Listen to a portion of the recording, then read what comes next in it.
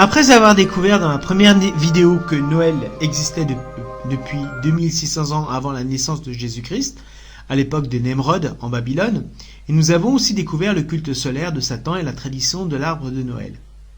Dans cette seconde partie, je vais vous expliquer l'origine du Père Noël en Scandinavie, pour ensuite aller au Benelux et en Allemagne, avec Saint Nicolas, et enfin, on va découvrir en exclusivité comment les francs-maçons américains ont créé le Père Noël que nous connaissons à l'heure actuelle.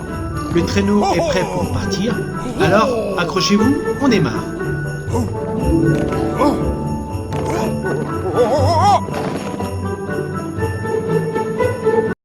Dans le nord de l'Europe, en Scandinavie, on célèbre la fête de Yule le 21 décembre. Ce Yule, ou en français Jules, est le personnage barbu habillé en vert qui se fond avec la nature. Cette fête consiste à apporter un sapin à la maison que l'on décore en faisant brûler une grosse bûche pour le 25 décembre.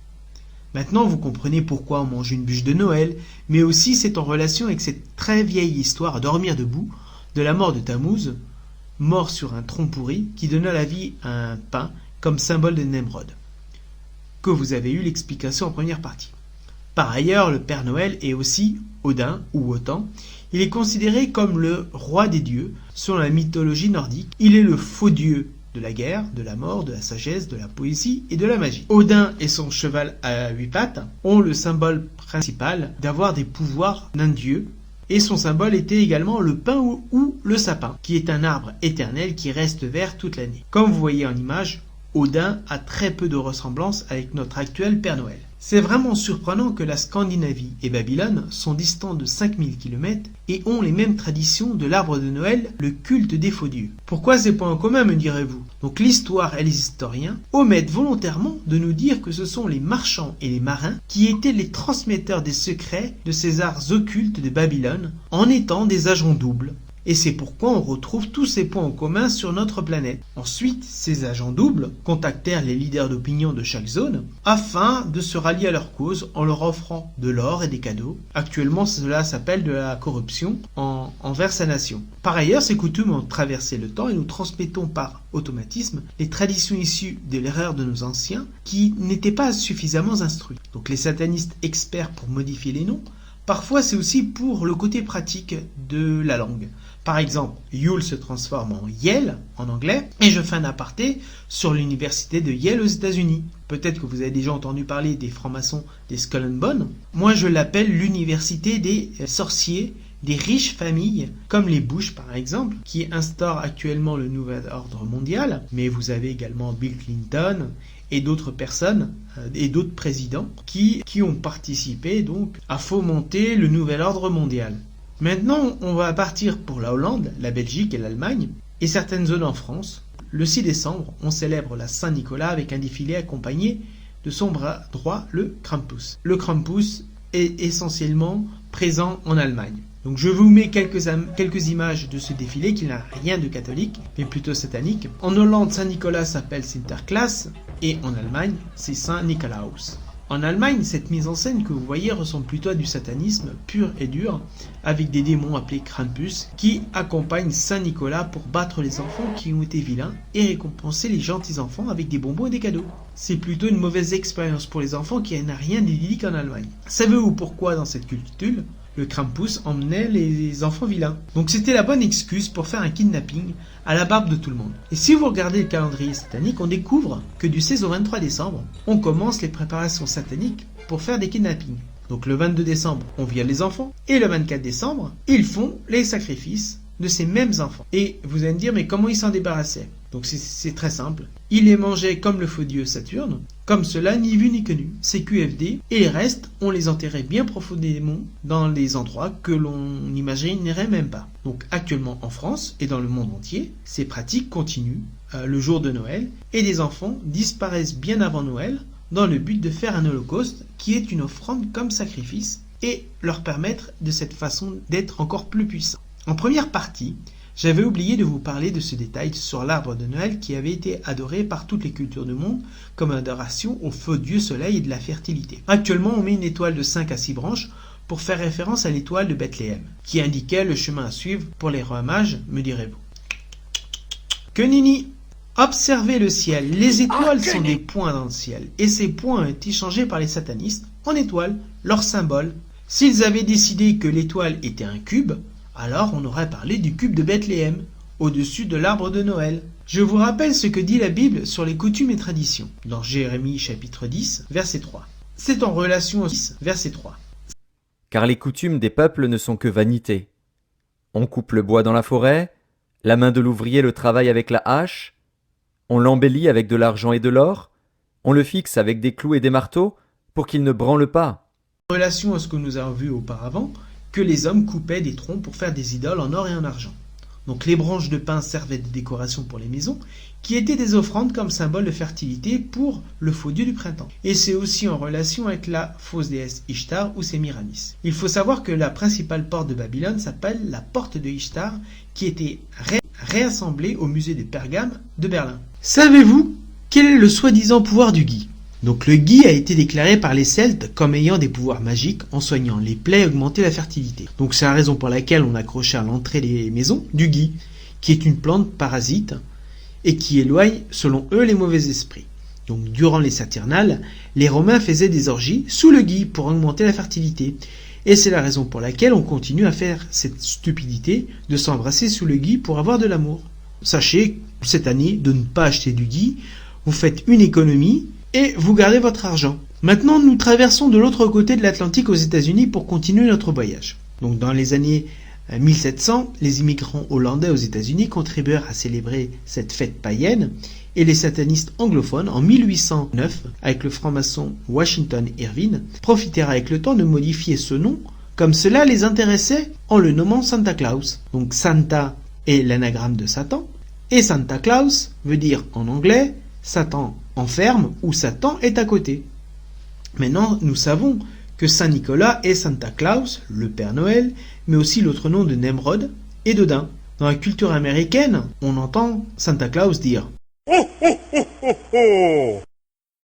qu'en 1600, le franc-maçon Allen W. Wright personnifia le diable dans de nombreuses pièces de théâtre, et avant que le diable entre en scène, il disait 3 fois Allen W. Wright révéla que Robin ou Robin était le surnom médiéval pour nommer le diable avec cette exclamation particulière. En 1922, le franc-maçon Clément Mark Moore, professeur de littérature orientale et grecque de New York, eut l'idée qui changera Noël. Et il écrivit un poème de 57 vers intitulé, en français, donc je vous dis la traduction, Visite de Saint Nicolas, connu dans l'actualité comme la veille de Noël, et transmis la version actuelle du Père Noël, en ajoutant certaines traditions anciennes et d'autres purement inventées par lui-même. Donc comme bon franc-maçon, il omet volontairement le principal, c'est-à-dire l'horrible créature satanique de Krampus. Et on découvre les 8 reines du Père Noël, et je me pose la question, est-ce que ces 8 reines seraient 8 Krampus, qui ont également des cornes? Donc je vous passe les noms suivants. Vous avez Vif Argent, Pied Léger, Feu Follet, Comète Éclair, Étincelle Tonnerre. Et pratiquement tous sont en relation avec le feu. Donc l'étincelle, l'éclair, la comète, il y a du feu dans le feu follet, qu'on retrouve également dans les cimetières. Pied léger, c'est en relation au pied de bouc de Satan.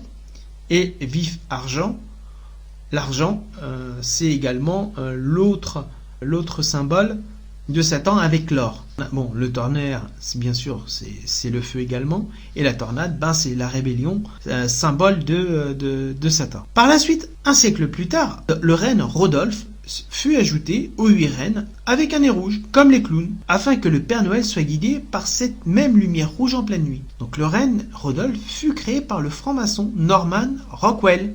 Cela me rappelle lorsque Pinocchio ment, son nez s'allonge et devient rouge dans certaines représentations. Ce que j'ai découvert en faisant cette vidéo, c'est qu'il existe l'histoire du nez de Satan. Donc selon le compagnon de voyage du prophète Mahomet, qui s'appelle Abdou Araya, quand l'un de vous se réveille, qu'il aspire l'eau par ses narines 3 fois, puis qu'il la rejette à chaque reprise, car le diable passe la nuit sur son nez. Maintenant, je fais la relation avec les menteurs qui se grattent le nez lorsqu'ils mentent. J'attire votre attention que les 7 reines sont en relation avec le feu, symbole de Satan, et venant d'un franc-maçon qui vont un culte à Lucifer, ce n'est pas un hasard. Donc en 1840, le grand magasin Macy's utilisait une image du Père Noël pour vendre davantage. En 1862-63, encore un franc-maçon, Thomas Nast, fait une première illustration du Père Noël que nous connaissons actuellement. Ce que l'on voit dans cette illustration, c'est un père de famille en permission durant la guerre civile des États-Unis revenant voir sa famille pour Noël. Et on voit sur le côté gauche l'une des premières illustrations modernes du Père Noël. Ces contes eurent un vrai succès aux États-Unis et transformaient Noël comme une fête que l'on connaît aujourd'hui. C'est par la suite que le franc-maçon Thomas Nast inventa l'idée du pôle Nord et de la fabrique de jouets du Père Noël. Ensuite, vous connaissez l'histoire de la marque Coca-Cola qui demandera au graphiste Adam Sundblom de faire une illustration du Père Noël afin que les gens boivent davantage de Coca-Cola en hiver, en reprenant le personnage de Sinterklaas du XVIIIe siècle. Donc, sur le site de Coca-Cola, que ce soit en France, en Belgique ou aux États-Unis, on mentionne la date de 1931. Mais vu l'ampleur de ce phénomène dans les années 1970, le Second Concile du Vatican, après de nombreuses recherches, déclara que aucun évêque catholique romain sous le nom de Nicolas n'avait jamais existé. Il ne faut pas confondre avec Saint Nicolas de Turquie. Donc le Vatican II, tout démontre que Saint Nicolas a été inventé en relation avec le faux dieu soleil et Odin, et que les francs-maçons satanistes ont christianisé, lui ont créé une image de saint homme pour être rapidement admis par le peuple. Maintenant passons à la croyance que le Père Noël passe par la cheminée comme un voleur, provient d'une ancienne légende scandinave. Les Nordiques croyaient que la fausse déesse Herta apparaissait par la cheminée et apportait de la chance à la maison.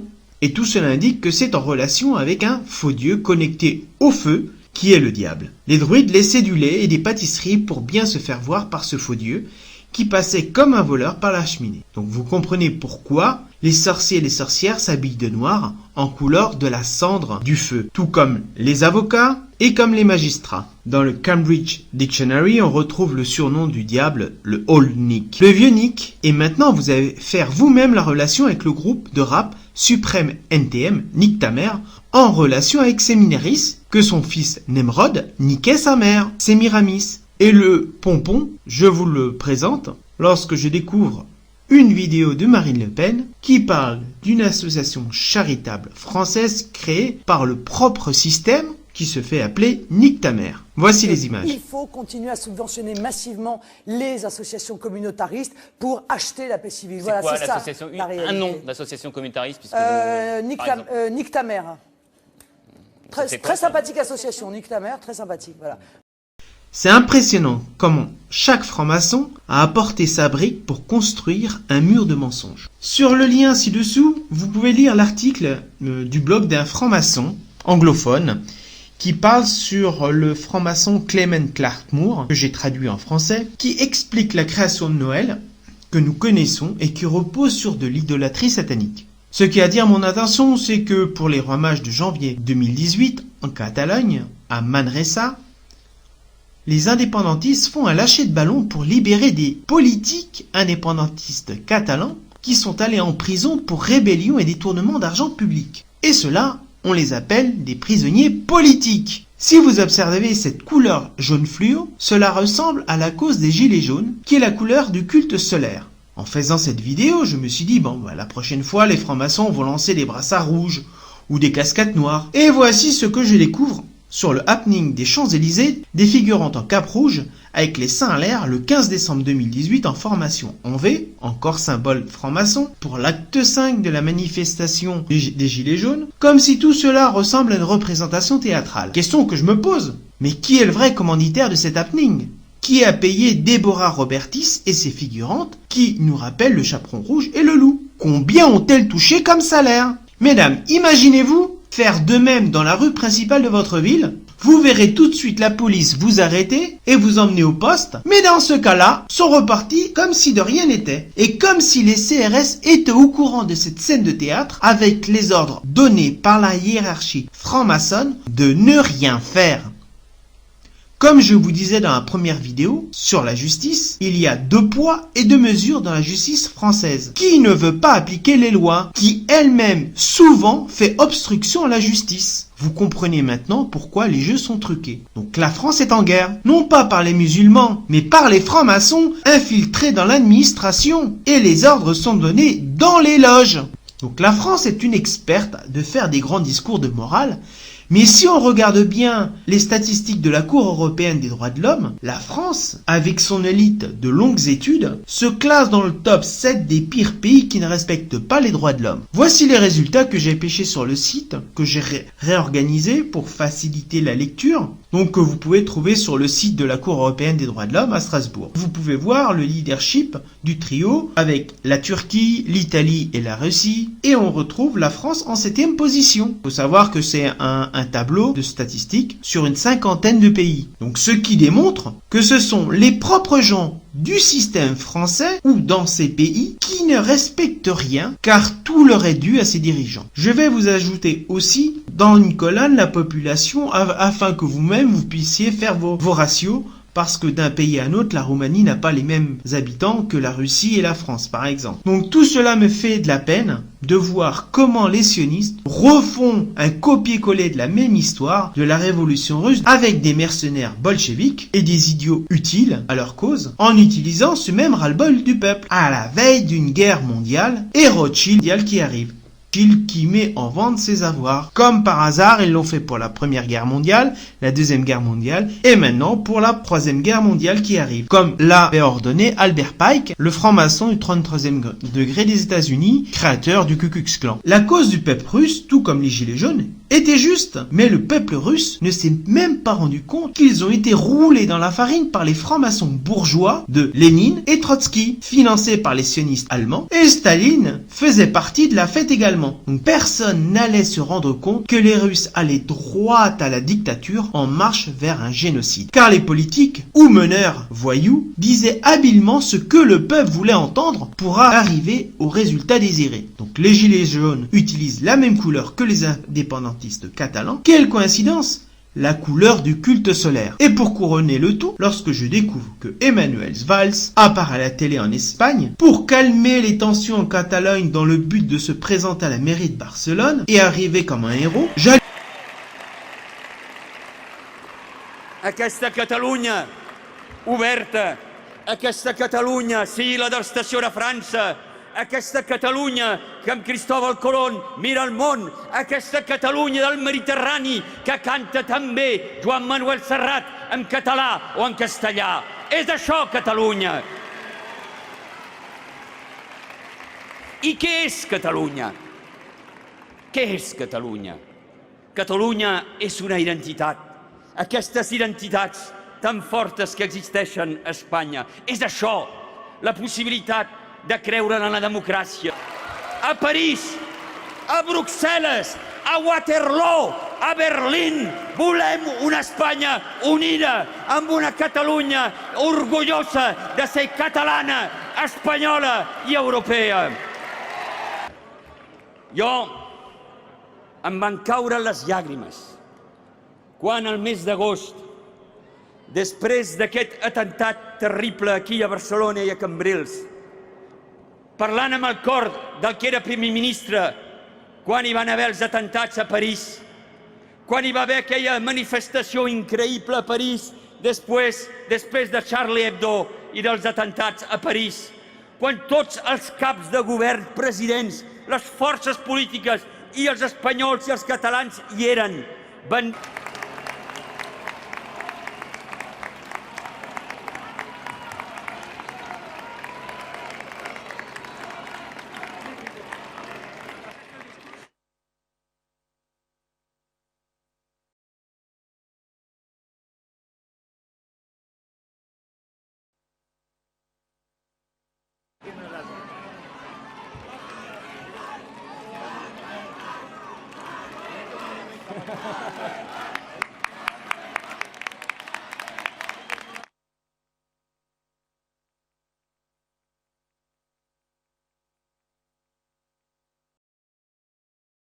J'hallucine. Emmanuel Valls fuit la justice française pour se réfugier dans une région qui a fait banqueroute à cause de ses politiques corrompues. La seule échappatoire pour ces politiques corrompues, c'est de créer une zone neutre, comme la Suisse, afin que la justice française ou espagnole ne puisse pas les condamner. Si la presse européenne financée par les sionistes mentionne que l'Espagne a des prisonniers politiques, c'est qu'en France, il y a aussi des prisonniers politiques. Je vous rappelle les cas judiciaires de détournement d'argent. Donc si vous regardez sur le site topito.com, vous verrez la liste des politiques français qui ont été condamnés pour de la prison ferme. Donc vous avez Jacques Médecin, condamné à 8 ans cumulés. Vous avez Alain Carignon, condamné à 4 ans de prison ferme. Jérôme Cahuzac, condamné à 3 ans ferme. Sylvie Andrieux, condamné pour 1 an de prison. Donc vous avez également l'ancien député des Pyrénées-Atlantiques, Jean-Pierre Destrade, Bernard Tapie, et vous avez Didier Schuller. Mais si vous regardez également dans le site de nordpresse.be, donc sur ce site qui semble être belge, vous avez la liste de plus d'une centaine de politiques qui ont été condamnés par la justice et dont beaucoup continuent à être politiques. Donc là, vous pouvez voir, vous avez Anne Hidalgo, infraction à la législation sur la durée du travail, Bertrand Delanoë, condamné pour atteinte au droit du travail, Catherine Trottmann, condamnée pour diffamation, Christine Bourquin, délit de favoritisme, Claude Prady, condamné pour corruption, Strauss-Kahn, proxénétisme aggravé, en bande organisée, accusation d'agression sexuelle, tentative de viol et de séquestration. Bon, et j'en passe parce que c'est vrai que c'est vraiment pitoyable. Et je comprends pas pourquoi les Français qui sont souverains ne se réunissent pas tous à l'Assemblée nationale et de jeter des caillasses à toutes ces crapules de politiques qui sont en train de mettre en place une dictature. Mais malheureusement, le problème, c'est que il y a le phénomène gilet jaune qui fait diversion pour pas qu'on puisse montrer du doigt que ce sont les politiques, que ce soit de l'Assemblée nationale, les hauts fonctionnaires, que ce soit des préfets, des commissaires francs-maçons, des magistrats francs-maçons, tout le monde se tient par la barbichette. Par ailleurs, je veux quand même mentionner un fait divers qui attirait toute mon attention en Noël 2015, lorsque j'ai lu que la reine d'Angleterre mentionnait dans son premier discours, qui n'a jamais été diffusé à la télé, qui présentait son Last Christmas. Pendant toute cette année de 2016, on s'est tous pensé une guerre mondiale, etc. Et quelle coïncidence, 1 an après, jour pour jour, je découvre le décès du chanteur George Michael, chanteur de la chanson Last Christmas. Donc il faut savoir que vous le savez que c'est un Illuminati. Et il meurt le jour de Noël. Quelle coïncidence, un jour satanique.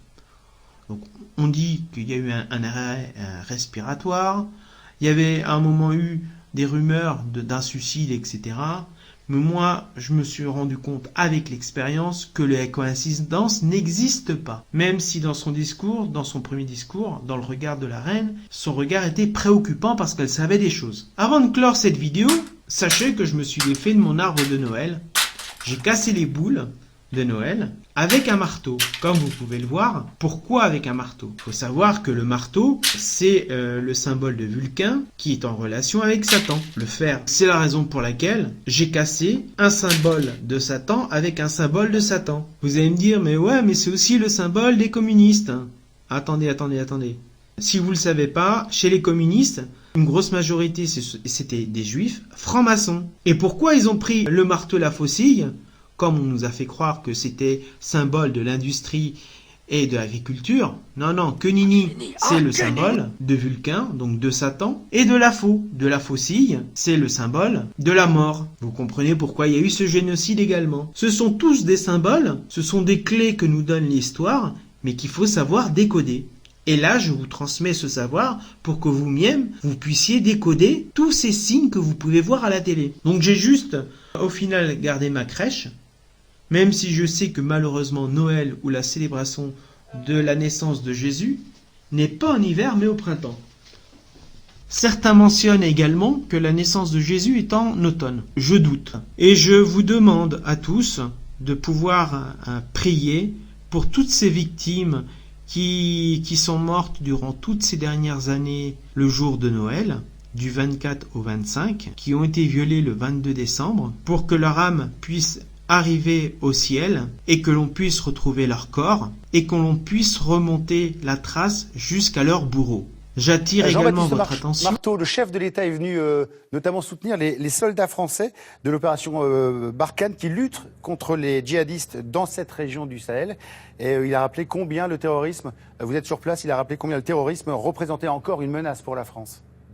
Oui, Stéphane, ainsi l'objectif numéro 1 de ce déplacement, c'était de rassurer les militaires. On peut dire que c'est une mission réussie. Bon, d'abord, symboliquement, Emmanuel Macron, il a redit qu'il serait présent chaque année, les 22 et 23 décembre, aux côtés des soldats français stationnés en opération extérieure. Mais c'est surtout financièrement qu'il les a rassurés. Lors de sa conférence de presse cet après-midi, le président de la République a redit que l'armée, sa présence était maintenue au Sahel sur une période assez longue, puisque certes, cette opération Barkhane, elle a coûté déjà très cher, 2,5 milliards depuis son lancement il y a 4 ans, mais malgré ce contexte budgétaire serré, malgré les promesses faites aux Gilets jaunes ces dernières semaines, il n'y aura pas 1 euro d'économie fait sur la défense, dit-il. La menace terroriste est bien trop importante. Emmanuel Macron qui a d'ailleurs fortement critiqué la décision de Donald Trump de retirer les Américains de Syrie, mais ce retrait n'aura aucune conséquence sur la présence française au Sahel comme ailleurs, a conclu le président français avant de regagner Paris dans la soirée.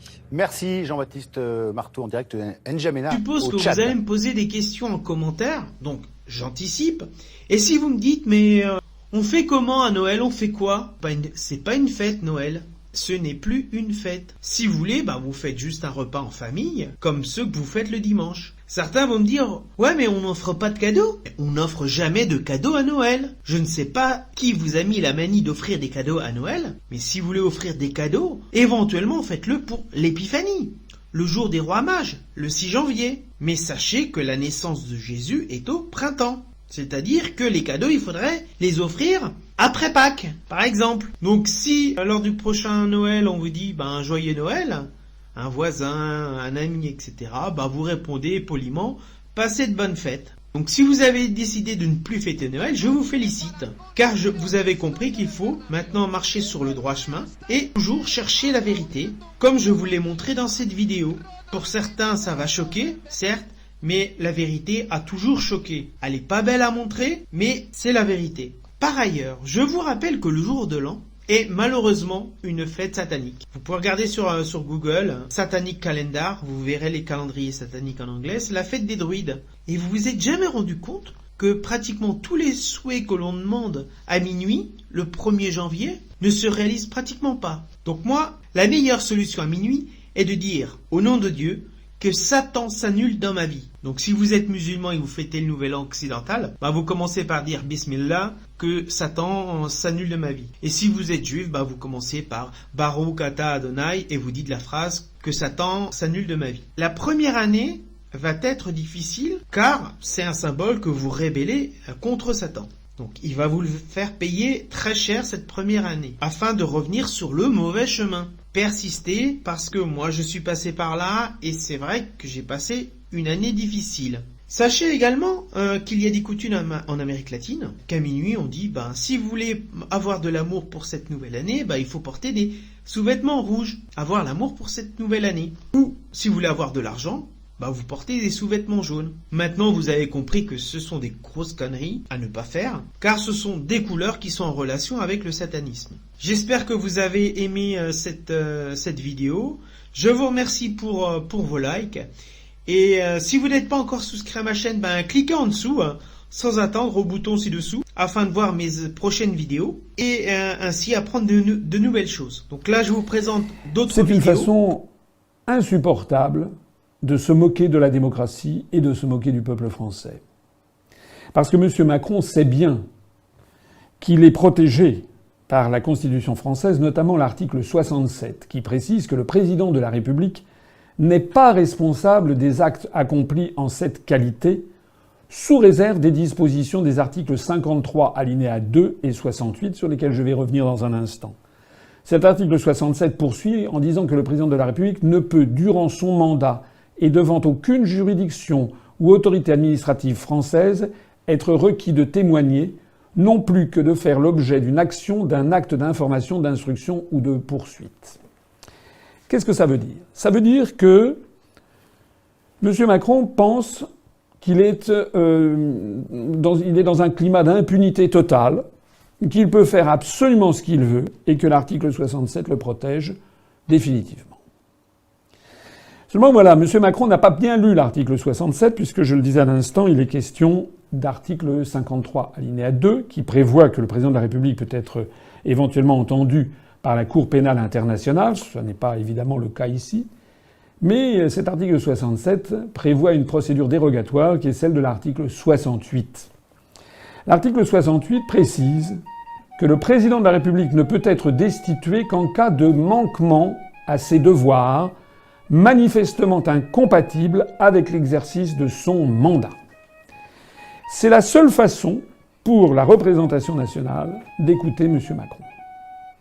Alors, moi je dis ceci, je dis que nous ne pouvons pas tolérer, nous le peuple français, que le chef de l'État fasse un bras d'honneur, entretienne ainsi un favoritisme éhonté, dispose des deniers publics du contribuable pour favoriser tel ou tel de ses proches, se permette de court-circuiter toutes les hiérarchies, fasse attribuer un titre de lieutenant-colonel, une habilitation secret défense, un coup de fil pour aller dans toutes les assemblées, à un homme qui a 26 ans, dont on ne sait pas d'où il sort, dont on sait en tout cas qu'il avait été renvoyé par un ministre du gouvernement précédent pour délit de fuite, dont on sait que toute la hiérarchie policière ne le supportait plus parce que c'était un petit marquis donnant ses instructions, et cerise sur le gâteau, qui n'a jamais été nommé officiellement puisque son nom n'apparaît nulle part sur le journal officiel. C'est la raison pour laquelle, puisque M. Macron ne veut pas s'exprimer et se réfugie derrière l'article 67, l'Union populaire républicaine demande aux parlementaires de mettre en œuvre l'article 68, c'est-à-dire de déclencher la procédure de destitution. Cette destitution est prononcée par le Parlement constitué en haute cour. C'est une procédure, il faut faire attention, qui ne consiste pas à demander comme ça aux députés « est-ce que vous voulez destituer le président de la République ?» C'est un petit peu plus compliqué que ça. La proposition, il faut d'abord qu'il y ait une proposition de réunion de la haute cour. Elle doit être adoptée par l'une des deux assemblées, l'Assemblée nationale ou le Sénat, et si c'est adopté aux 2/3 du nombre de parlementaires, c'est ensuite déféré à l'autre assemblée, le Sénat si c'est l'Assemblée nationale ou l'inverse qui s'est prononcé en premier, et cette autre assemblée doit également voter également à la majorité des 2/3 dans les 15 jours. Si ces deux obstacles sont franchis, ensuite la haute cour se réunit, elle a un mois pour présider des débats, elle est présidée par l'Assemblée nationale, et elle statue dans un délai d'un mois, à bulletin secret, sur la destitution. Il faut avoir les 2/3 des parlementaires faisant partie de la haute cour qui en décident ainsi. Parce que si on part du principe que les députés d'opposition et les sénateurs d'opposition n'ont pas le pouvoir parce qu'ils sont minoritaires, à ce moment-là, il faut qu'ils restent chez eux tout au long de l'année. Parce que ce raisonnement peut se tenir également pour tous les projets de loi. Nous demandons donc à tous les députés et sénateurs appartenant à ces mouvements politiques de prendre leurs responsabilités et d'engager l'article 68 de la Constitution en proposant qu'il y ait un vote à l'Assemblée nationale et au Sénat, un vote pour mettre en œuvre la procédure de la haute cour. Bien sûr, je n'ignore pas que la probabilité que cette proposition ne soit pas votée par les 2/3 est importante, ça ne m'échappe pas. Le président de la République française avait décidé de son propre chef d'aller bombarder la Syrie. J'avais expliqué à l'époque, et tous les lecteurs de notre site pourront aller le vérifier, j'avais expliqué à l'époque que cette décision violait ouvertement le droit international, puisqu'il n'y avait eu aucune résolution du Conseil de sécurité qui permettait à la France d'attaquer un État souverain. J'avais également expliqué que cette décision était contraire à la Constitution française, puisque théoriquement, c'est le Parlement qui doit autoriser la déclaration de guerre. Et qu'en réalité, M. Macron avait profité d'une mauvaise formulation de cet article qui a été réécrit ultérieurement pour prendre des décisions d'attaque qui auraient pu entraîner la France dans un conflit dont on ne sait pas jusqu'où ça aurait pu aller, notamment si Vladimir Poutine n'avait pas fait preuve de la plus grande des pondérations. À l'époque, j'avais demandé que les parlementaires lancent la procédure de l'article 68. Évidemment, aucun n'avait bougé.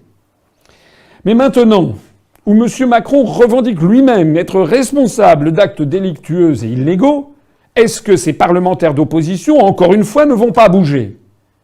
Parce que s'ils ne bougent jamais, ni quand le président de la République viole le droit international et la Constitution, ni lorsqu'il affirme ouvertement qu'il est responsable d'actes délictueux et illégaux, alors ça veut dire que cet article 68 ne sera jamais mis en œuvre. Ça veut dire que cet article est tombé en désuétude. Et ça veut dire beaucoup plus grave que M. Macron et éventuellement ses successeurs se sentiront définitivement prémunis avec un sentiment de totale impunité. C'est la raison pour laquelle il faut maintenant arrêter la dérive de la France vers un univers de plus en plus mafieux et corrompu. Je crois que je connais celle qui viendra après lui. Ah bah alors ça c'est un nouveau scoop. Attendez, non mais attendez, on peut pas interrompre ça. Allez-y. Ah bah si, vous êtes sur le plateau de BFM TV, vous pouvez pas nous... Je dis qu'il y a dans la jeune génération des gens de 25-26 ans, des gens absolument exceptionnels, surtout des filles, qui feront la vie politique française de façon très... Est-ce qu'elles vont rester en France? Oui. On va pas vous lâcher. Non, je vous dis pas, il y en a, il y en a plusieurs. D'accord.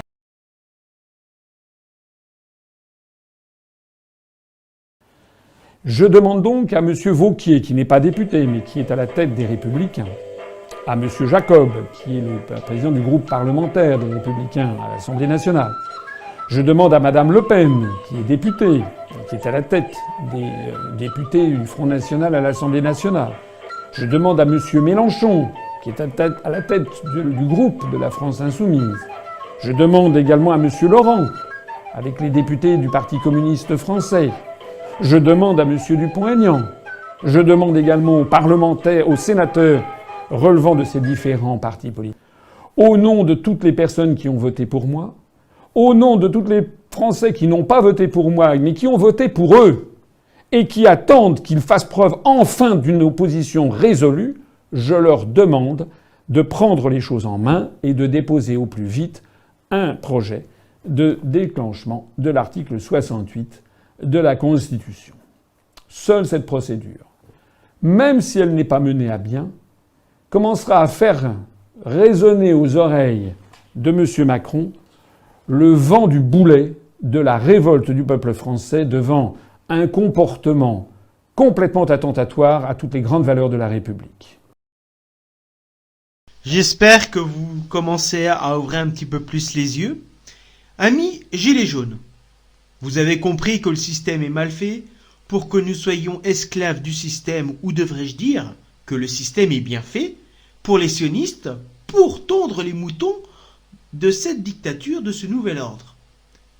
Vous allez commencer à voir la connexion pour le reste de cette vidéo qui va être, j'espère, votre déclic. Je pense que vous allez devoir revoir cette vidéo plusieurs fois pour voir toutes les connexions que je vous montre et comprendre comment on vous utilise pour préparer la révolte de la guérilla urbaine dans les principales villes de France pour les 230 ans de la Révolution française qui sera le 14 juillet 2019. Maintenant, vous savez que le chiffre 23 est un chiffre sataniste. Donc c'est Johan Livernette qui nous l'avait communiqué lors d'une présentation que vous pouvez retrouver sur les réseaux sociaux de tel YouTube ou Dailymotion.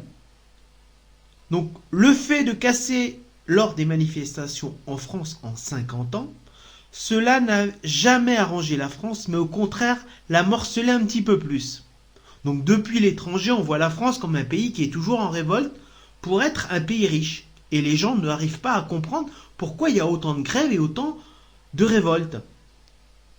Donc si vous voulez être efficace, rangez vos gilets jaunes et prenez le contrôle des administrations pour virer les collabos francs-maçons.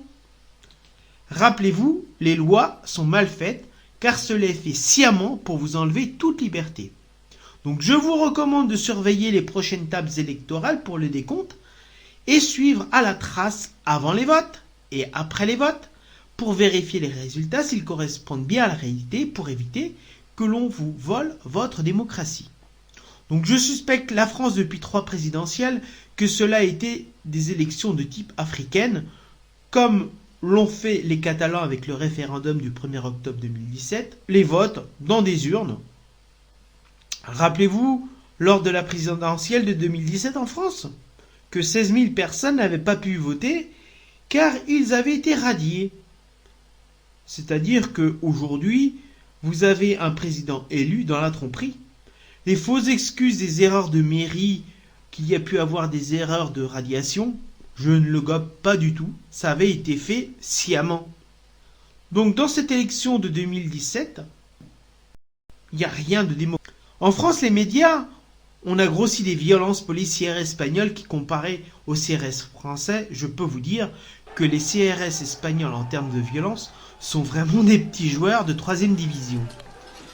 Avec toute cette violence que l'on voit régulièrement en France, dans les manifestations, les CRS qui matent la population, là on peut dire c'est vraiment de la répression. Donc sur le cas de la Catalogne, imaginez-vous que le Conseil régional du Limousin décide de faire en France un référendum sans dépendre de l'aval du gouvernement français qui n'a rien approuvé. Donc le gouvernement français, vous êtes sûr qu'il va envoyer plein de camions de CRS dans le Limousin pour empêcher un référendum illégal. Et vous allez être horrifié de voir, avant que les bureaux de vote ouvrent, de voir des fonctionnaires faire tomber une urne pleine de votes dans une rue de Limoges devant tout le monde et les caméras. Donc là, je vous montre en image ce que vous n'avez pas pu voir en France à cause de la censure et de ce qui s'est passé le 1er octobre 2017 à la barbe de tout le monde en Catalogne. Et oui, effectivement, vous allez me dire, ce sont des pratiques africaines, les urnes pleines avant la mise en place du bureau de vote. Démocratique, que ce soit en France ou en Catalogne. En Catalogne, vous n'avez pas pu voir à la télé française ces images censurées, mais les Catalans ont été coincés en flagrant délit de magouille des urnes. Maintenant, vous allez voir le meilleur de voir des urnes dans les rues, des gens mettaient des votes à l'arrache. Donc, si vous ne réalisez pas que les sionistes n'ont pas de limite pour imposer leur autocratie des protocoles des sages de Sion, je vais vous montrer comment ils protègent les siens qui travaillent au démantèlement de leur nation avec des traîtres aux commandes. La justice allemande libère Carles Puigdemont, le leader séparatiste incarcéré depuis une dizaine de jours à Neumünster en Allemagne, est libre. Il reste toutefois sous contrôle judiciaire et doit verser une caution de 75 000 €. Bien sûr, nous sommes très contents que Carles Puigdemont soit libre. Nous avons une confiance totale en le système judiciaire allemand. Carles Puigdemont pourrait être extradé vers l'Espagne pour détournement de fonds. C'est donc le principal pan de l'accusation de Madrid qui tombera. Il échappe en effet à l'accusation de rébellion. La Cour n'a pas jugé cette charge recevable. Il ne sera donc pas jugé pour ce motif en Espagne. Le leader séparatiste risquait jusque 30 ans de réclusion si cette charge avait été retenue contre lui. Il est vrai que Carles Puigdemont, en tant qu'initiateur du référendum, a une part de responsabilité pour la violence qu'il y a eu le jour des élections, mais le crime de rébellion suppose qu'une certaine intensité de violence ait été exercée et la division criminelle a jugé que cela n'avait pas été le cas. Destitué par Madrid après la déclaration unilatérale d'indépendance de la Catalogne le 27 octobre, Carles Puigdemont était en fuite depuis le référendum jugé illégal par Madrid. Réfugié en Belgique, il avait été arrêté le 25 mars sur une autoroute allemande alors qu'il revenait de Finlande où il avait tenu une conférence. En partant à l'étranger, le président destitué de la Catalogne et 6 autres séparatistes ont échappé aux poursuites en Espagne et cherché à internationaliser leur cause en impliquant d'autres pays européens. C'est triste de voir comment le gouvernement français est en train d'identifier la résistance citoyenne avec cette mascarade des gilets jaunes. Pour finir, je vous montre un extrait d'une vidéo passionnante de Meta TV avec une entrevue avec le docteur en sciences politiques Pierre Hillard pour comprendre le nouvel ordre mondial. Cette vidéo date du début de 2014 qui explique en un peu plus d'un siècle comment une minorité procède pour instaurer sa dictature en Europe et la France est bien sûr le point central. Je vous recommande également de lire mes commentaires attentivement et bon visionnage. Il n'y a pas un gentil, il n'y a pas un méchant. Je dis bien à ceux qui nous suivent qu'en politique, il n'y a pas de gentil, pas de méchant, il y a un fort et un faible. Voilà, il y en a un qui, pardonnez-moi ces propos, il y en a un qui baise et l'autre qui se fait baiser. Voilà, c'est comme ça, je préférais des relations chevaleresques. Malheureusement, c'est en règle générale, c'est j'ai raison parce que je suis le plus fort. Voilà. L'Allemagne nazie aurait gagné la guerre. Winston Churchill et Roosevelt et De Gaulle, c'était les pires ennemis de l'humanité. Bon, malheur aux vaincus. Bon. Donc dans cette histoire, on voit toujours en 1984, voilà. Et dans son bouquin, d'ailleurs très intéressant, donc avec ces 3 blocs, Océania, Eurasia et Eurasia, vous avez ces 3 blocs qui se font la guerre, mais pas trop, parce que il ne faut pas détruire l'ennemi. L'ennemi est utile car il permet d'imposer chez soi, dans son propre pays, des mesures liberticides au nom de la sécurité, au nom de la lutte contre le terrorisme. Si l'ennemi n'existait pas, on ne pourrait pas appliquer ces mesures. Donc on se dit que ça rappelle quelques petites choses, 3 fois rien. Bon, alors, cette carte de l'Europe régionalisée, c'est une Europe technocratique, elle-même issue de l'esprit typiquement mondialiste de découper d'une manière artificielle, comme la France en damier en 1789. Donc il y a l'aspect régionalisation technocratique, puis régionalisation aussi ethnique. On a déjà vu avec les cartes de Léopold Kohr. Qu'est-ce qui bouge le cul des Andalouses, c'est l'amour. Le nom du groupe. Vous m'avez déjà dit à une époque que vous avez fait ça un peu pour déconner et que vous essayez de toujours prendre ça super au sérieux. Dès qu'un journaliste vous posait une question, vous On a inventé 1000 raisons de s'appeler Léopold Nord. Mon frère disait oui, c'est parce qu'on a un ancêtre qui a découvert le pôle Nord. Et quand les musiciens nous ont demandé « Et nous, on s'appelle comment ?» Ben vous. Voilà. Et les journalistes faisaient oui, tout le monde nous a cru tout le temps. Mais en fait, la vraie raison, c'est que mon frère s'appelle Benoît Léopold. Et on a pris son 2e prénom, et vous, c'était effectivement le nom des musiciens. Et on va en voir d'autres avec la suivante. Alors, ça, c'est la Vulbite. Alors, cette carte, elle est assez connue, cette carte, parce qu'elle a beaucoup tourné récemment à cause du projet d'Eurorégion. Oui. Et effectivement, on l'a revue tourner beaucoup sur Internet. Alors, elle est fabuleuse, cette carte. Elle est, du Parlement européen. Voilà. Carte qui date de 1997.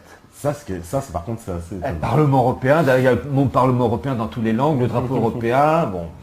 Et donc j'étais ravi d'obtenir cette carte et c'est très intéressant de voir à gauche toute une liste de mouvements indépendantistes dont, par exemple, le Scottish National Party, le SNP, qui est à la tête de la région, de l'Écosse et qui a lancé un programme d'indépendance, un référendum qui doit avoir lieu le 18 septembre 2014. Ouais. Et d'ailleurs, il y a la Catalogne aussi. Voilà. Le feu, ça fait... Et oui, et la Catalogne, vous avez un autre parti dans ces mouvements indépendantistes qui est l'ERC qui se balade, je ne sais plus où exactement.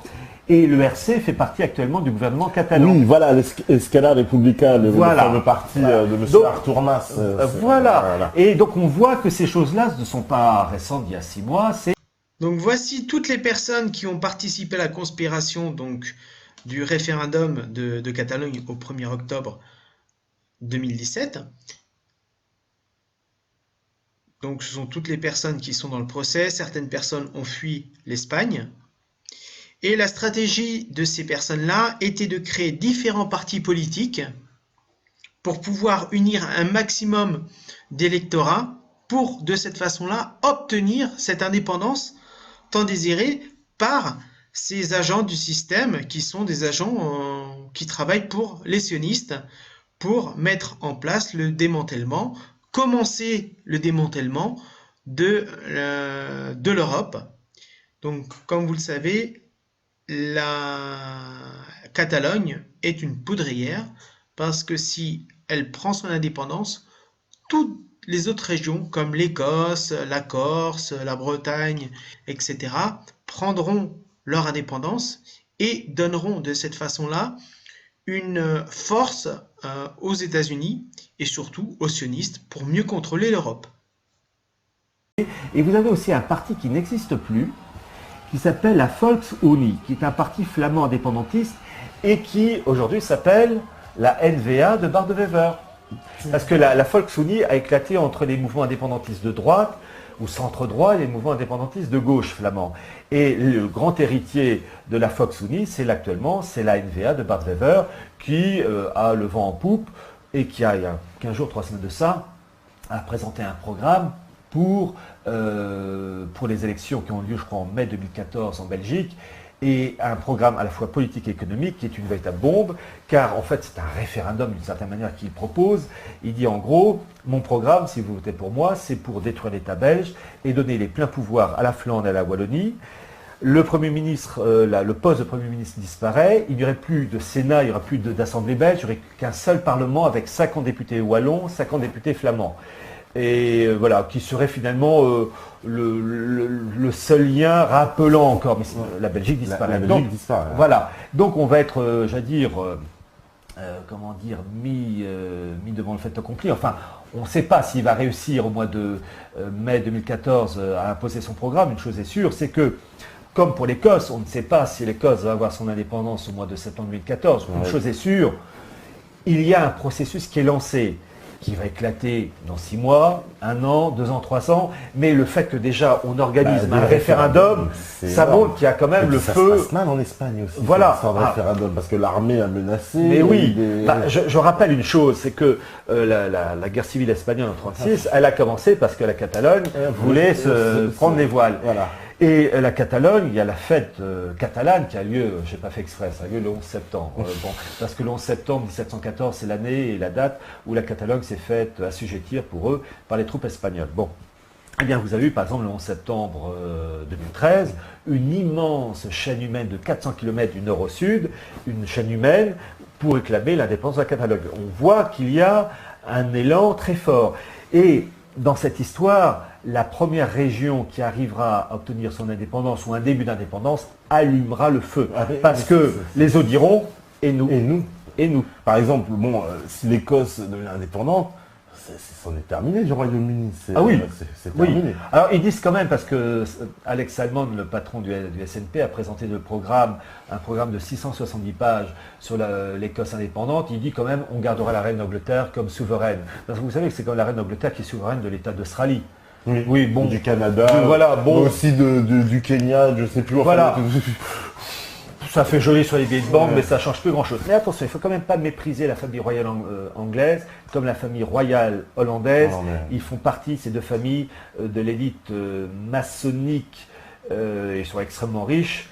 Et puis par exemple pour la famille hollandaise, il faut rappeler que le grand-père du roi des Pays-Bas actuellement a été le premier patron de Bilderberg. Et ça on en parlera tout à l'heure. Donc vous avez donc ce prototype de cette carte de 1997. Et nous allons passer à la carte suivante. Alors c'est la vue 9. C'est la carte L des Verts ALE pour Alliance Libre Européenne, carte de 2004. Alors, avant de la commenter, donc on voit une Europe largement charcutée en fonction de critères ethniques. Il y a quelque chose qui me saute aux yeux tout de suite. C'est-à-dire qu'il y a un pays qui me paraît moins charcuté que les autres quand même. Ah non, vous voyez mal. C'est l'Allemagne. Oui, c'est curieux. Bah oui, parce qu'il y a. Il y en a un qui. Enfin, tout le monde se fait passer à la casserole. Et puis il y en a un quand même qui ne bouge pas parce qu'il y a un monde germanique, allemand, autrichien et puis suisse-alémanique. Bah oui, parce qu'il y a une unité. C'est ça la grande force de l'Allemagne. L'unité allemande a précédé l'État. C'est-à-dire que l'État allemand est récent en 1871, mais il y a toujours une nation allemande. Quand Luther s'adressait dans ses écrits à la nation allemande, il n'y avait pas de nation allemande. Enfin si, il y avait une nation allemande, mais il n'y avait pas d'État allemand structuré. Alors que dans le cas français, la France est une création d'ordre politique. C'est-à-dire que vous enlevez le politique, il n'y a plus de France. Oui, la France, c'est une construction politique. C'est une construction. Il n'était pas du tout écrit que la Bretagne, l'Auvergne, la Corse, le Nord-Pas-de-Calais et les Basques, et enfin une partie des Basques qui plus est, elles devaient vivre sur le même toit. Et c'est ça le miracle français, c'est-à-dire qu'il y a une diversité, une variété extraordinaire, culinaire et de peuples. Et la France est une Europe en réduction. Vous avez une expression allemande qui résume très bien cette variété, cette richesse française en disant vivre comme Dieu en France. Ah oui, vivre comme Dieu en France. Voilà, tout un programme, et parfois ils ont tout à fait raison. Mais le problème, c'est que la France est est une création politique. Or, si on affaiblit ce pouvoir politique, par ricochet, on affaiblit la France. Et avec la construction européenne, évidemment, eh bien, la France, elles font comme neige au soleil. Mais ce procédé à la fois de décomposition des États via des régions technocratiques, via les zones ethniques, J'ai rappelé le programme de référence avec la France révolutionnaire en damier. L'aspect ethnique, vraiment la première date historique de promotion du groupe ethnique, c'est le traité de Versailles. Le traité de Versailles, 1919, on parle toujours des 14 points du président Wilson. Alors déjà, c'est pas le président Wilson. Donc c'est après la Première Guerre mondiale. Voilà. 14-18, Verdun, voilà. 1919, c'est la guerre des der. Officiellement, c'est jamais la guerre des der, il y a toujours des guerres. Nature humaine, et bon, elle est comme ça. Entre les guerres, il y a des pauses, c'est tout pour reprendre haleine. Donc 1919, traité de Versailles, qui doit officiellement mettre fin à la guerre des der. Et on parle toujours de 14 points du président Wilson, mais en fait, le président Wilson, président des États-Unis, c'est pas lui le rédacteur des 14 points, c'est son bras droit, son alter ego, comme il disait d'ailleurs, c'est le colonel House, Edward Mandela House, une fripouille de très haut vol, il est mort en 1938, c'est lui qui a été à l'origine de l'élaboration, il a joué un rôle dans l'élaboration des 14 points du président Wilson, c'est lui qui est à l'origine de la création du CFR, le think tank américain, Council on Foreign Relations, avec son homologue britannique Chatham House, ou bien le RIA, Royal Institute of International Affairs, mais là c'est son collègue anglais Curtis, je crois, Lionel Curtis. D'ailleurs, il y a les conférences de Benjamin Friedman. Oui. À voir, si vous pouvez aller voir après sur Internet pour bien voir qui est ce colonel House. C'est le colonel House très déterminant qu'il a joué. Apparemment, un rôle. Oui, énorme. Et d'ailleurs, à un moment donné, dans tout ce qu'on va voir, je vais citer colonel House, pas tout de suite, pour tout ce qui a trait à la mise en place du bloc nord-américain. Alors, voilà. Alors, ce traité de Versailles, donc 14 points de président Wilson, mais ce qu'on ne sait pas, c'est que une partie du traité de Versailles a été consacrée à la protection des minorités. Parce que vous avez l'éclatement de l'Autriche-Hongrie, et vous avez eu des frontières qui ont été très mal placées. Il faut dire qu'il y avait des mélanges de peuples, ce qui fait que vous avez par exemple des Allemands, les Sudètes, en République tchèque. Vous avez des Allemands en Hongrie, mais vous avez aussi des minorités lituaniennes en Pologne. Vous avez des minorités polonaises en République tchèque, la région de Teschen en particulier. Vous avez des Hongrois en Roumanie. Enfin bref, une mosaïque. Et vous avez des Juifs répartis en Europe centrale. Et il y a un document, un seul, qui est une thèse. Une thèse écrite en 1929 par un Juif qui s'appelait Nathan Feinberg. Feinberg, F-E-I-N-B-E-R-G, qui explique comment cette protection des minorités est arrivée dans le traité de Versailles. Cette thèse, à titre personnel, j'ai l'original et je l'ai scannée. Donc vous tapez thèse Nathan Feinberg et cette thèse, vous pouvez la trouver sur un site qui s'appelle Mechanopolis et qui était dirigé par Claude Kovassi, qui est décédé il y a quelques mois et qui m'avait, je remercie là où il est, encore de m'avoir ouvert la porte pour permettre la publication de cette thèse dans son intégralité, couverture comprise. Vraiment, c'est le document d'origine. Je me suis dit, on ne sait jamais, ce document qui est enveloppé dans un papier plastique à bulles, vraiment, parce que c'est le document de 1929, qui est le seul document qui explique quoi? Qui explique que c'est la franc-maçonnerie juive américaine, les naïbrites, à l'origine de la protection des minorités. Et vu l'importance de cette thèse, je l'ai scannée, comme ça tout le monde peut en profiter, même les naïbrites. Bon, les naïbrites, qu'est-ce que c'est? Eh bien, c'est en hébreu, ce sont les fils de l'Alliance. C'est une maçonnerie juive qui n'accepte que les juifs et qui a été créée en 1843 à New York dans un café qui s'appelait Zinsberner par 12 juifs allemands. Alors vous avez les naïbrites à l'échelle planétaire, vous avez les naïbrites France, puis les naïbrites Europe. Bon. Et d'ailleurs, je verrai, si j'ai le temps, il faudra parler un peu du rôle de l'Église. Et il y a quelques semaines de ça, oui, c'est tout récent, c'était le 23 octobre 2013, les Naïbrites Europe ont décerné au cardinal Schönborn un grand prix pour son travail en faveur du judaïsme avec une menorah. La menorah, c'est le symbole juif à cette branche. Donc, bon, vous allez sur le site Naïbrites Europe, à la rubrique News, 23 octobre 2013, s'ils n'ont pas enlevé le texte. Enfin, en tout cas, bon. Alors, je reviens au traité de Versailles. Protection des minorités sont les naïbrites. Alors, pourquoi? À l'origine, les naïbrites américains, en liaison avec le président Wilson et en liaison avec le président de la Cour suprême des États-Unis, qui s'appelait Louis Brandeis, voulaient protéger uniquement les minorités juives d'Europe, et d'Europe centrale en particulier. Mais ils se sont dit, bon, si on les privilégie, on va se faire mal voir, on va se faire... enfin bref, ils vont se faire taper dessus. Donc on va faire passer le suppositoire de manière plus habile. On va élargir la gamme des protections à toutes les minorités, allemandes, juives, hongroises, lituaniennes, roumaines, blablabla. Et ça sera donc une protection générale dans le domaine éducatif, administratif, donc des droits en fait pour préparer finalement l'émiettement des États. Parce que quand on veut vraiment réussir un projet, ça ne se fait pas en 3 ans, 5 ans, c'est étalé sur des dizaines d'années. Donc c'était un marchepied pour peu à peu miner l'autorité des États pour... bon. Et les Juifs avaient donc une protection en tout genre. Et dans cette affaire, et c'est la thèse de Nathan Feinberg, il explique de manière extraordinaire, et donc il suffit d'aller sur le site Mécanopolis pour retrouver l'intégralité de cette thèse de Feinberg, l'Eurodenaybricht dans le traité de Versailles, où vous aviez un groupe de personnes dirigé par Léo Motzkin, M-O-T-Z-K-I-N. Et Léo Motzkin, donc à la tête d'un groupe de travail, a rédigé un mémorandum pour la protection des minorités, et à la fin de cette thèse, il y a en version française et en version anglaise, le texte pour la protection des minorités, qui est donc un texte bilingue, puisque le traité de Versailles, c'est le début de la montée en puissance du monde anglo-saxon, et là, c'est bilingue. Je rappelle que le traité de Francfort de 1871, qui donc est la défaite de la France face à la Prusse de Bismarck, est entièrement en français. Hein. Le vainqueur utilise la langue du vaincu. En français, le français, la langue de la culture, etc. Mais maintenant, c'est une époque révolue. La puissance, le rayonnement d'un État se mesure à l'utilisation de sa langue. Voilà. En 1870, on utilisait encore le français.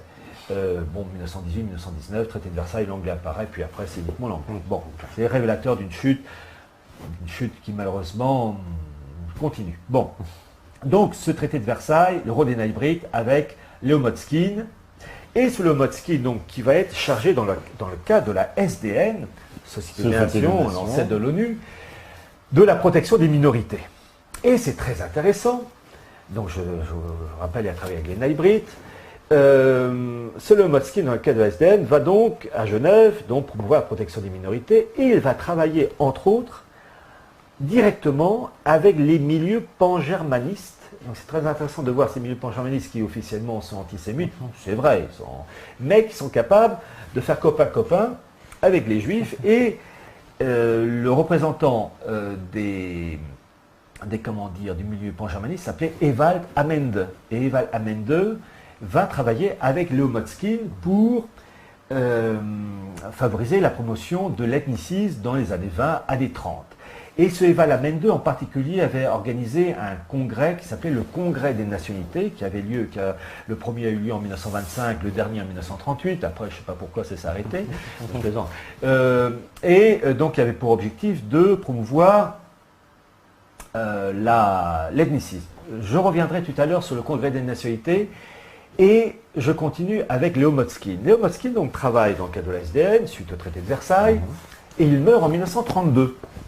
Ça arrive. Et il est remplacé par un autre juif, ça c'est normal, hein, c'est les traditions. Et celui qui le remplace en 1932 s'appelait Nahum Goldman, qui 4 ans plus tard, en 1936, va créer le Congrès juif mondial. D'accord. Donc, ce que je vais vous faire comprendre, c'est qu'il y a des filiations. Les éléments se succèdent jamais comme ça. C'est pas le « ah, tiens, si on faisait ça, ah, non ». Il y a un enfantement qui va on est le fils de son père grâce à l'ADN, et on voit une source, une filiation. Et bien là, c'est pareil, c'est qu'il y a une filiation. Nahum Goldman fonde le Congrès juif mondial en 1936, et très intéressant, et vous allez voir, il faut jongler un peu avec tout ça. Le Congrès juif mondial, donc dirigé entre autres par Nahum Goldman, il y avait un bras droit, un secrétaire, un tout jeune juif allemand qui s'appelait Gerhard Riegner, né en 1911, mort en 2001, qui a écrit ses mémoires, que j'ai lus. Passionnant. Le titre de son bouquin, c'est « Ne jamais désespérer », avec un sous-titre qui résume énormément de choses, 60 ans au service des Juifs et des droits de l'homme. Et ça va ensemble. Et il faut lire ses mémoires, et en particulier, il parle, Gerhard Riegner, donc secrétaire au service de Nahum Goldman, qui a pris la suite de Léo Motzkin. Gerhard Riegner parle de sa jeunesse. Donc, il est né en 1911, il parle de la jeunesse des juifs allemands de son époque, et en particulier, et vous allez voir comme je vais retomber sur mes pattes suite à une information que je vous ai donnée il y a quelques minutes, à un moment donné, il part de son grand-père paternel, Gerd Rickner part de son grand-père paternel qui s'appelait Rickner, je ne sais plus son prénom, mais Rickner. Et son grand-père Rickner travaillait, avait noué des liens d'amitié, mais travaillait, je ne sais plus dans quel domaine, avec un certain monsieur Preuss, dont le fils Hugo Preuss va rédiger la République de Weimar. Donc c'est très intéressant de voir ces liens, qui sont en fait des liens... Voilà, c'est très intéressant de voir cette filiation. Oui, voilà, et je me souviens, quand j'ai lu ses mémoires à Gerd Rickner, il parle de Preuss. Je dis, mais je le connais cet homme. Et lui-même, il continue, dont le fils, Hugo. Ça c'est même pas la peine de préciser, mais si j'avais pas encore compris, voilà. Donc c'est très intéressant de voir, tout ça c'est lié, il y a un maillage. En fait, c'est le principe de la France en damier. Ils sont des damiers, c'est lié. Ou bien comme les cercles du drapeau olympique, à la fois distincts et en même temps qui se recoupent. Donc c'est très intéressant de voir. Mais sur cette carte, c'est vraiment l'Allemagne qui s'en sort le mieux. Bon, la France, elle prend une claque. Voilà, bien charcutée. Une de plus. Voilà, bien charcutée. Le monde balkanique, n'en parlons pas. L'Angleterre, l'Angleterre, Pays de Galles. Il y a même la Cornouaille qui s'émancipe. Oui, la Cornouaille, voilà, qui s'émancipe. Oui. Donc pour vous dire que... Et puis la Galicie, donc, qui s'extrait de l'Espagne, et l'Andalousie aussi. L'Andalousie. Comme si ça ne suivait pas la Catalogne. Alors, voyez-vous, cette carte de l'Europe ethnique, elle date de 2004, et vous avez le sigle officiel, les verts ALE, voilà, et même... Ah, pardon, j'ai appuyé sur une touche, ça c'est la carte suivante. Et j'ai mis exprès les références de cette carte, avec le nom des verts ALE, leur adresse, numéro de téléphone, au cas où j'aurais inventé, qu'on puisse vérifier, évidemment. Mais vous savez, c'est ça qui est terrible, c'est qu'il y en a qui disent propagande ou... Ah non, c'est une carte officielle, celle-là aussi. Oui, mais parce que tout ce qu'il y a de plus officiel. Mais vous êtes honnête, mais vous avez des nugrèdes. Les nugrèdes, ça c'est une expression juive. Les nugrèdes, c'est ceux qui ne veulent pas plier à Dieu, autant l'Ancien Testament. Enfin, ce nugrède, il est trucidé. Il y a des moments pour faire comprendre à quelqu'un. Bon, moi je fais que reprendre la version de l'Ancien Testament. Quand vous regardez les 40 ans de pérégrination du peuple juif, les nugrèdes, parfois ils se sont fait latter par Dieu. Bon, bref, sur ces bonnes paroles, je continue. Nous ne serons pas les nugrèdes. Des nuques souples. Nous nous plions fait. N'oublions jamais cette phrase de Bossuet. Grand théologien au service de Louis XIV, le plus grand dérèglement de l'esprit consiste à voir les choses telles qu'elles sont. Je reprends la formule. Le plus grand dérèglement de l'esprit consiste à voir les choses telles qu'on le veut et non pas telles qu'elles sont. C'est-à-dire qu'on veut, dérèglement, veut voir les choses en fonction de ses envies et de ses pulsions, alors qu'en fait, il faut se plier aux faits.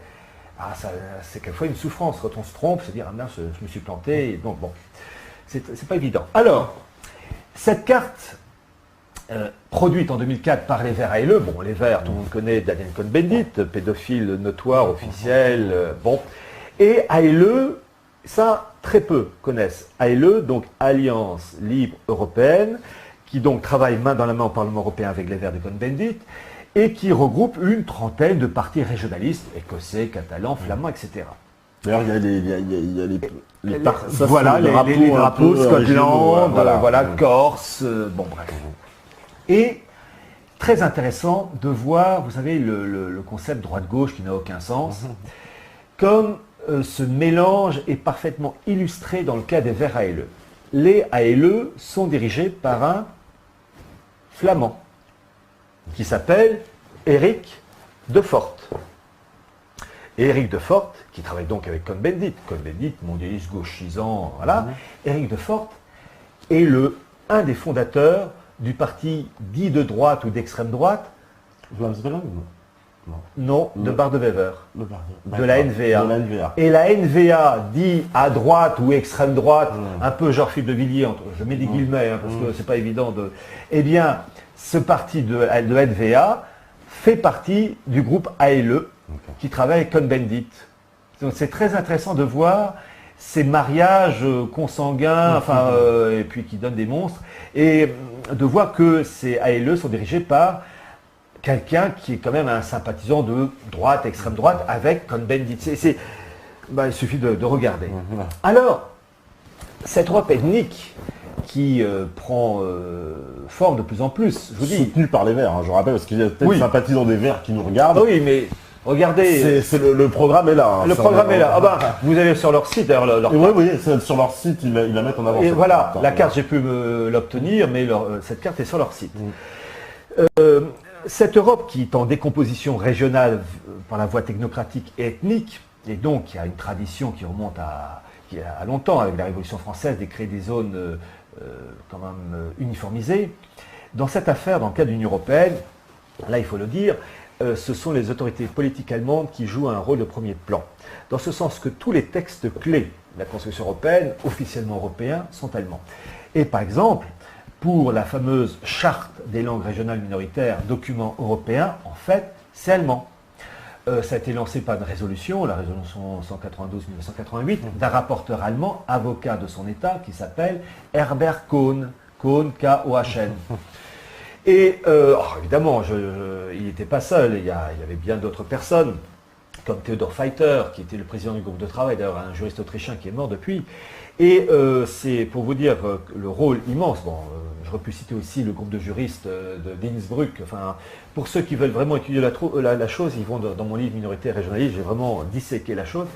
Mais pour ceux qui veulent aller plus vite, j'ai toujours sur le site Mechanopodis, avec la fameuse thèse de Nathan Feinberg, j'ai scanné et publié sur ce site le discours prononcé par le rapporteur Herbert Kohn lors du lancement de la résolution 192 qui précède le lancement de la charte des langues régionales. Discours écrit de sa main. Comme j'ai publié aussi le discours en allemand du président du groupe de travail de la charte des langues régionales, Theodor Feiter, pour vous montrer le truc officiel. Bon. Donc, vous avez ça. Vous avez aussi un autre document qui est la Convention cadre pour la protection des minorités. Là aussi, les juristes allemands et autrichiens ont joué un très grand rôle. Et celui qui a été la figure de proue, c'est un haut fonctionnaire du ministère de l'Intérieur allemand qui s'appelle Rolf Gossmann. Et toujours dans mon livre Minorité et régionalisme, j'ai publié toute la liste des mouvements autonomistes soutenus par l'Allemagne avec le nom de son dirigeant, son adresse personnelle, plus le nom, l'adresse et la photo du haut fonctionnaire Rolf Gossmann qui encadre tout ça. C'est un document de 1999. Document officiel, ils ont gueulé en face, mais ils avaient oublié ils n'avaient pas compris que mettre des adresses privées dans un document officiel fait qu'on peut les publier. Donc, je ne me suis pas gêné pour un suppositoire, et voilà. Donc, vous ne pouvez pas savoir comment ils m'ont remercié après. Vous n'êtes pas content. Je ne passe pas mes vacances avec eux, mais... Et j'ai laissé même la couverture du document avec le nom de l'institut qu'on va voir, qui a publié ça, qui s'appelle l'UFCE. L'Union fédéraliste des communautés ethniques européennes, dans le sigle en allemand, c'est FUEV, Föderalistische Union Europäischen Volksgruppen, qui est au nord de l'Allemagne, à Flensburg, qui est financé entre autres par le ministère de l'Intérieur allemand. Et c'est eux qui ont publié ce document, et j'ai mis toutes les références, enfin j'ai plutôt laissé les références, l'adresse, numéro de téléphone, fax. C'est financé par le ministère de l'Intérieur. Ah oui, entre autres, mais aussi financé par le Land du Schleswig-Holstein, qui est au nord de l'Allemagne. Vous avez tous les données sur mon bouquin Minorité et régionalisme, où là vraiment, à l'origine c'est ma thèse de sciences politiques, j'ai vraiment disséqué la chose, mais tout juste si j'ai pas pris la marque du caleçon, pour vous dire que j'ai pressuré à mort. Bon, comme ça, et le travail je l'ai terminé en 1999, j'ai pas changé une ligne, le livre a été réédité, une 5e réédition cette année, donc pour ceux qui veulent voir tout ça, les coulisses, ils y vont.